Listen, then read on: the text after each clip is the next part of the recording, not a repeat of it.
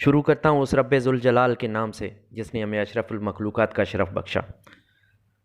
السلام علیکم، میں ہوں ہومیو ڈاکٹر محمد رمضان، اور آج کا ہمارا ٹاپک ہے سی سیکشن، ڈیلیوری آپریشن کا ڈرامہ اور اس کی حقیقت۔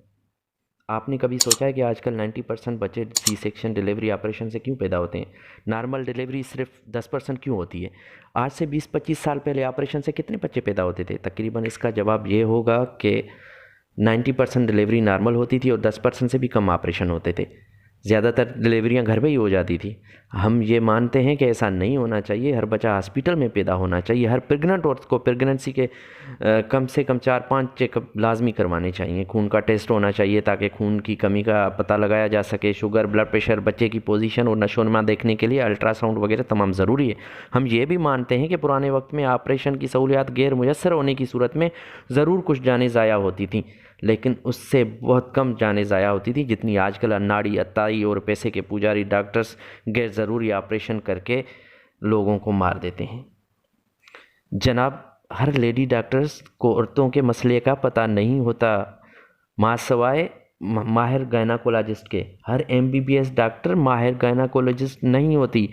اب ہوتا ایسا ہے کہ کچھ لیڈی ڈاکٹر 2-4 ماہ گائنی وارڈ میں کام کرتی ہیں، اپنا کلینک کھولتی ہیں اور بڑے بڑے بورڈ لگوا کے اپنے آپ کو ماہر ڈاکٹر لکھواتی ہیں۔ کچھ ڈپلومہ کر کے آپریشن سیکھتی ہیں اور پیسے کمانے کے چکر میں غیر ضروری آپریشن کرنا شروع کر دیتی ہیں۔ ضرورت ہے یا نہیں ان کا کیا جا رہا ہے، سب مال بنانے کا چکر ہے۔ ہر ڈیلیوری میں آپریشن کر دیتی ہیں کیونکہ سی سیکشن بچہ پیدا کروانے کا آپریشن آسان ہوتا ہے، اس لیے جلدی سیکھ جاتی ہیں۔ لیکن اس کے بعد اگر آپریشن کے بعد پیچیدگیاں اور کوئی عورت مر جائے تو اس کی ذمہ داری نہیں لیتی، پھر کہتی ہیں جو اللہ کی مرضی۔ افسوس سے کہنا پڑ رہا ہے کہ بڑی بڑی نامور لیڈی ڈاکٹرز، FCPS اور جو ماہر گائنی اسپیشلسٹ بھی نہیں ہوتی، پیسوں کے لیے غیر ضروری آپریشن کر دیتی ہیں، کیونکہ نارمل ڈیلیوری میں آپریشن کی نسبت 10 گنا کم پیسے ملتے ہیں۔ بیچارے بے سہارا غریب گاؤں دیہاتوں کے لوگ اپنے گھر کا سامان، جانور یا سونا بیچ کے کیسے پیسوں کا بندوبست کرتے ہیں؟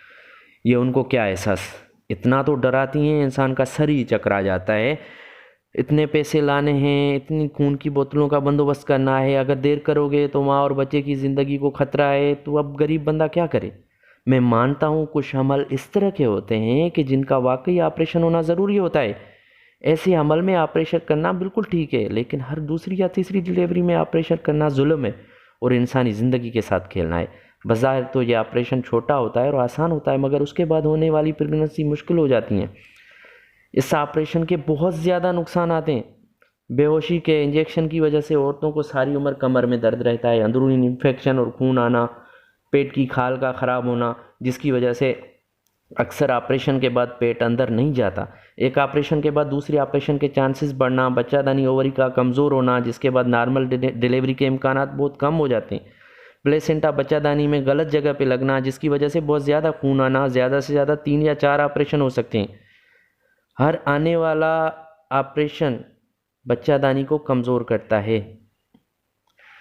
اس لیے خدا را انسانی جانوں کو ضائع مت کریں، انسانوں کی خدمت کریں، انسانوں کی زندگیوں کے ساتھ کھلواڑ نہ کریں۔ پیسہ ضرور کمائیں لیکن حلال کا حرام کا نہیں۔ جو ڈاکٹر حضرات نیک نیتی سے اپنے فرائض سر انجام دیتے ہیں اور بتائے ہوئے اصولوں کے مطابق کام کرتے ہیں، انسانیت کی خدمت کرتے ہیں، ان کو میں خراج تحسین پیش کرتا ہوں۔ آخر میں یہی کہوں گا، کسی درد مند کے کام آ، کسی ڈوبتے کو